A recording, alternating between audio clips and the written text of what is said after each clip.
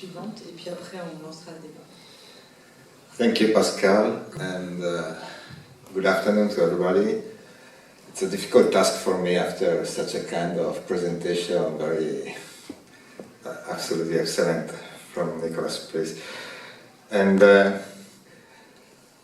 I will try to explain to you something starting from my country, Italy, but trying to mix different things. First of all, I have to explain that FIOPS is the National Umbrella Federation of the Service Provider in Italy, and I am at the moment the president, but my daily job is to be a practitioner, as yesterday told,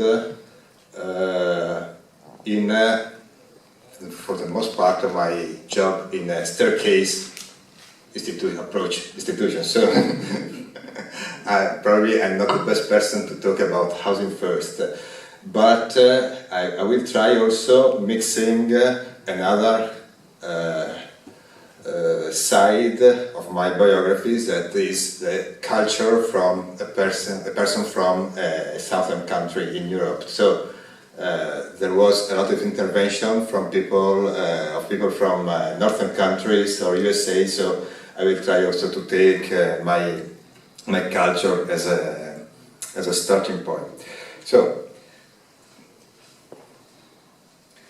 first of all, just to make a difference between the previous speakers, Italy has really a different approach in terms that is the member states that is quite far away from housing first, because we have different housing-led projects in Italy, but we don't have really an housing first project. But behind of this there is that there is really not a political approach on homelessness. At national level, at a regional level, there is a lack of strategy and also a legislative framework. In Italy, you find only one legislation made in 2000 where there is a specific article outside the other that spoke about homeless person and only because emergency assistance. So this is a legislative framework. And there is also a very political focus on ownership of houses and a weak legislation and a weak intervention about rent market. So I believe that it's very obvious that for the most part of the homeless person, especially the person in ethos 1, 2, 3, it's very difficult to achieve an ownership. I don't know also if it's important or not. And this is the best information about Italy.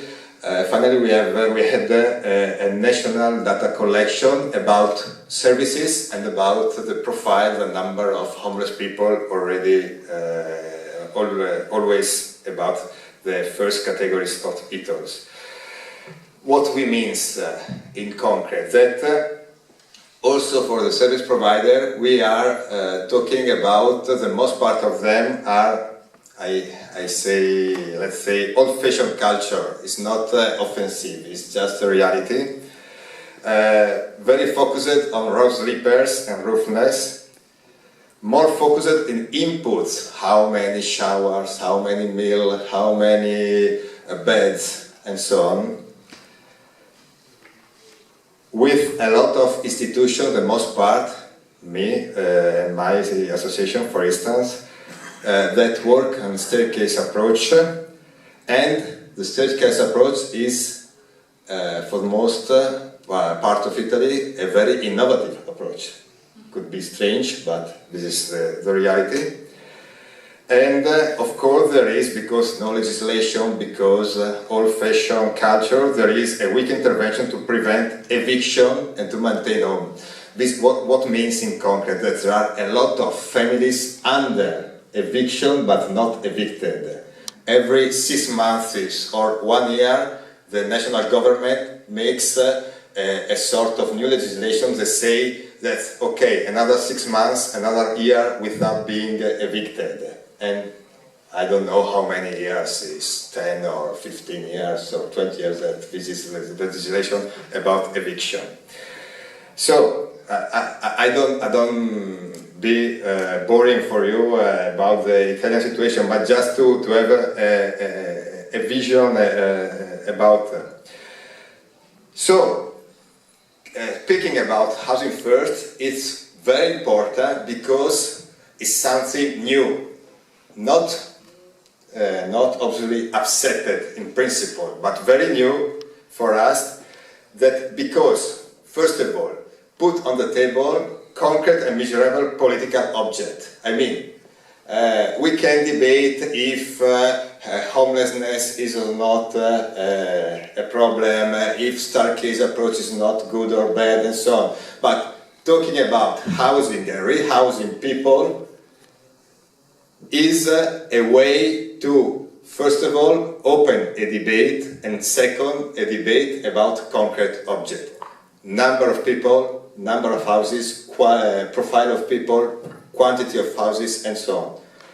And this is very good where we are talking, especially at national level, regional level, and local level, with the politicians, because is an argument that you can use really to have a context to debate together. One of the concrete implementation is that also because the data collection, also because a new input from the bottom, also because there is a new input from EU about the housing first approach, the National Minister of Labour and Social Policy signed a formal agreement with FIOPS to have a national guidelines for tackling severe adult marginalization. Severe adult marginalization is another way to say homeless or homelessness. It was invented, to be honest, by my director. He's director of my association, but nobody knows him. But so it's not bad to have such an input from EU and try to having a first concrete object to work together. To be honest, we as FIOPS we thought that with a process, a very bottom-up process, we can set up guidelines. It's not 2 days ago we had the first kick-off meeting with the Ministry of Labour, and the intention of the ministry is to have just 3 big meetings, a conference, to decide together how is the best and presenting to the regional policymaker, the national policymaker. There is a little difference, but we can manage to have a more easy and bottom-up approach to set up the national guideline. But this is a first outcome, not bad. Second, an open space for social innovation.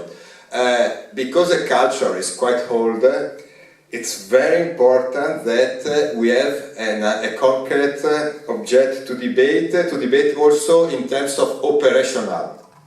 And operational to set up specific project or specific activity. So, for instance, for the first time in Italy, we have now a working group on homelessness where there are at the same table in the same time the DG Housing Policy and the DG Social Inclusion with the representative of FIOPS, etc., etc., because never Housing Policy Department and Social Inclusion Department speak together before, or spoke together before. So it could be strange in Scotland, but it's usual in Italy. And maybe in other countries. When I say Italy, it's just to say probably in many countries, not only in Italy. But third, fresh air for frontline workers. I will take again this issue about the frontline workers after. But fresh air means that something can change in your daily job. And I present very briefly a project that to be honest, is not belonging to Housing First. The beauty always wins, but is something linked to a new way to look at the issue, because it's a pilot project from the University of Turin, the Polytechnic of Turin and FIOPS.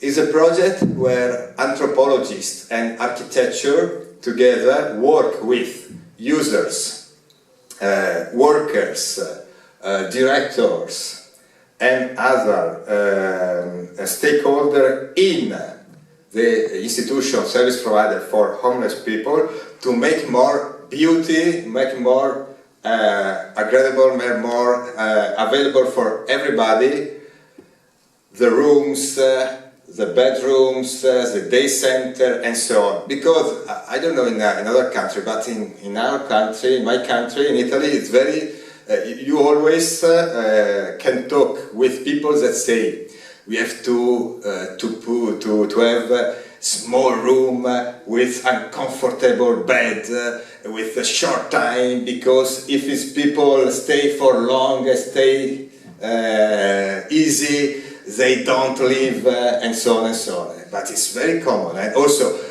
flat, but not with enough square meter for the number of people, because after it's difficult. So the project Beauty Always Wins says that it's very important to have nice place for having nice outcome. It's quite strange, it's a sort of paradox, the opposite, but it's a reality. So, Housing First is a way to say it's important to have a fit, a nice place where people can live really in a fine way, and this is a good thing also for the institutions and service providers that at the moment deliver the services. Yes, sorry. The time, sorry. What's the FIOPS role about Housing First? First of all, as a national network, the national federation, we are in charge to make more easy for our members the use of the EU structural funds. But because there is a big lack of information and also competencies about the use of EU structural funds, we have made a lot of lobbying and information to different regions in Italy, in the south and the north, just to understand together how, if it's possible to use the structural funds for homeless sector, and second, how to use, because first is not in the main idea of the civil servant, the policy maker, to have homelessness as a focus for this structural fund.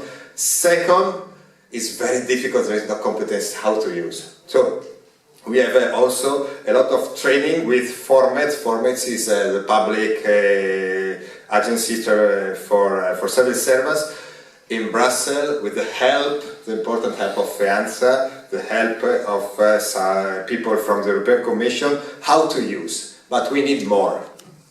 And also to improve the capacity building on Housing First inside our membership. Also, again, with the FEANZA support and the support also of people by Housing First Europe project. Very, very useful. I thank you a lot for this availability.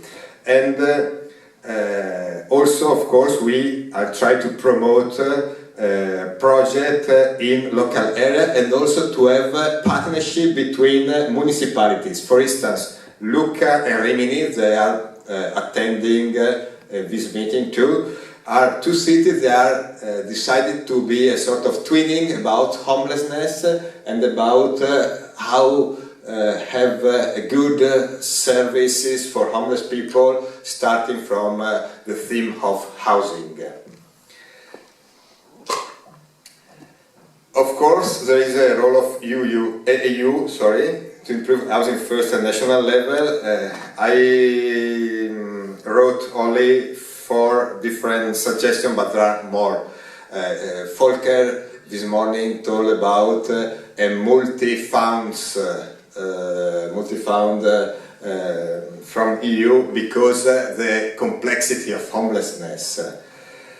But it's very important also to understand how to use at national level the structural funds, and having strict rules to be used in a good way, but also to adapt the rules to the national context.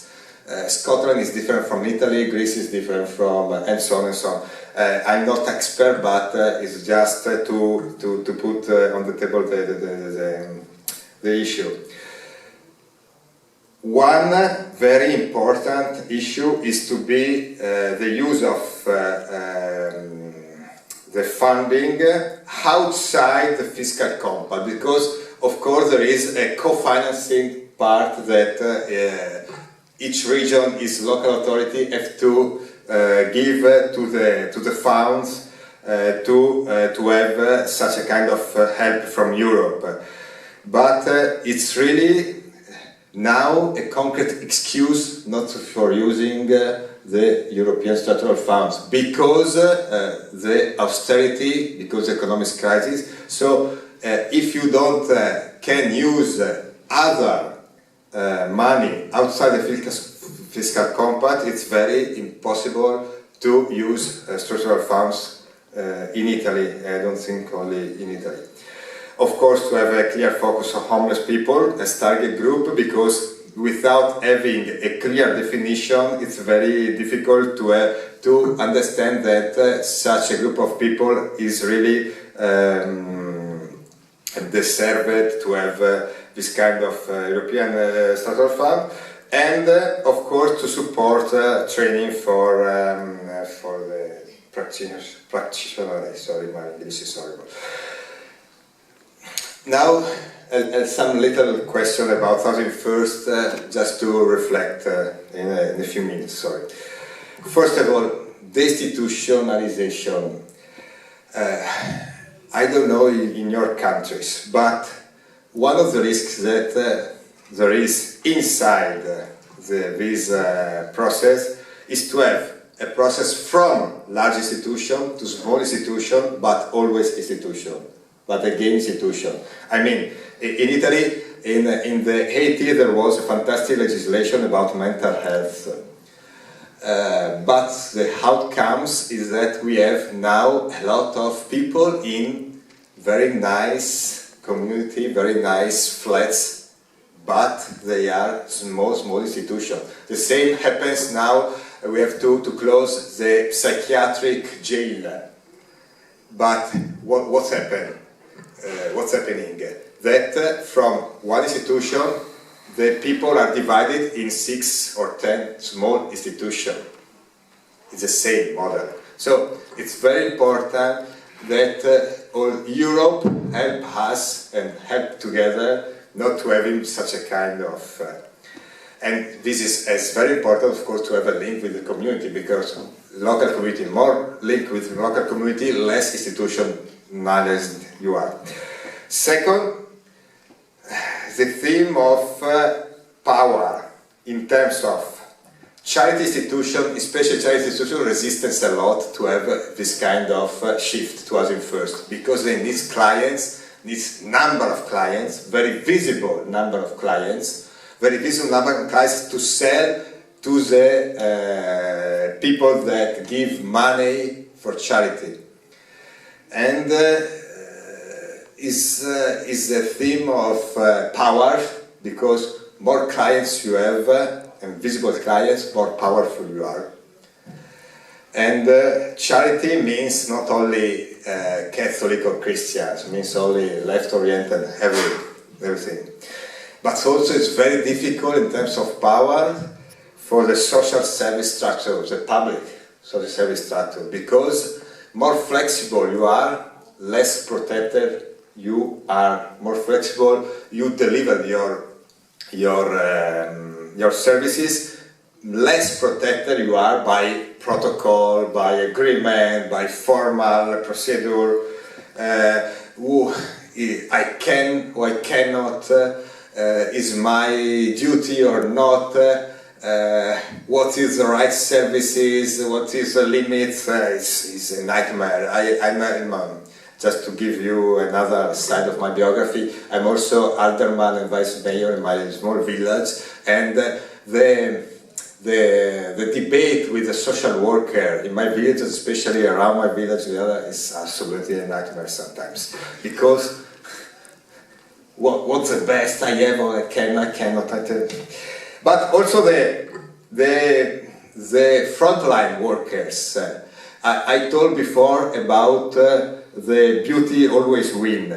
One of the most resistant person for changing the daily life in the service provider are the frontline workers, are my colleagues.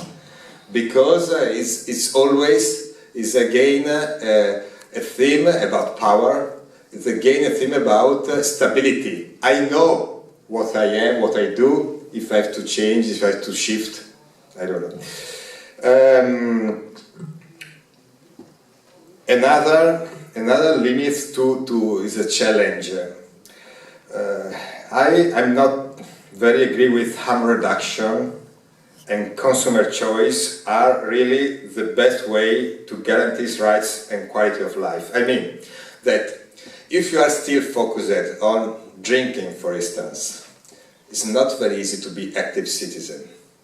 Maybe you are the crazy man in the village, but to be really active is not. But also, I believe that sometimes we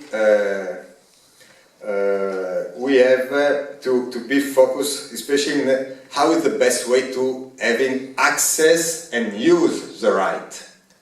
Because having a home is very important, of course. But using a home like a tool to become citizen is different.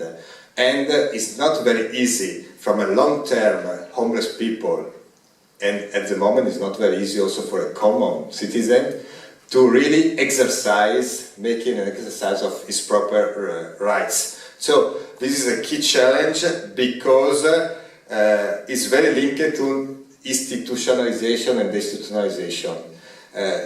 Having enough tools, enough support to really use your rights. And loneliness. Nicolas and the previous speakers told a lot about loneliness. This is a key point because my daily job is to transfer a lonely people from the street to be a person in the community with the most interrelational relationship you can. Maybe one, maybe two, maybe three, it's not important the number, but that you, and you cannot be satisfied in your life if you are alone, and you feel alone. This is very crucial in my, maybe it's very southern culture oriented, but I believe that this is a key indicators, not the, maybe of course not the only one, but this is a key indicators to understand if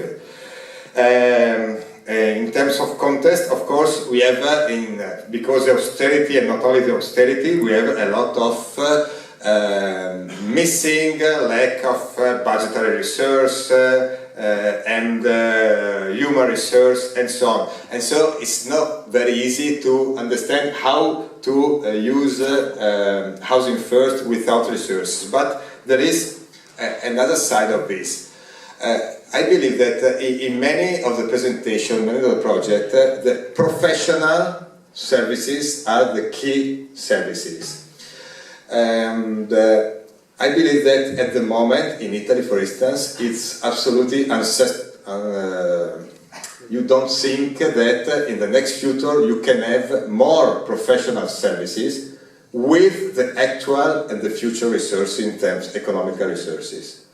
I mean that it's a very expensive way to have an intervention using only professional.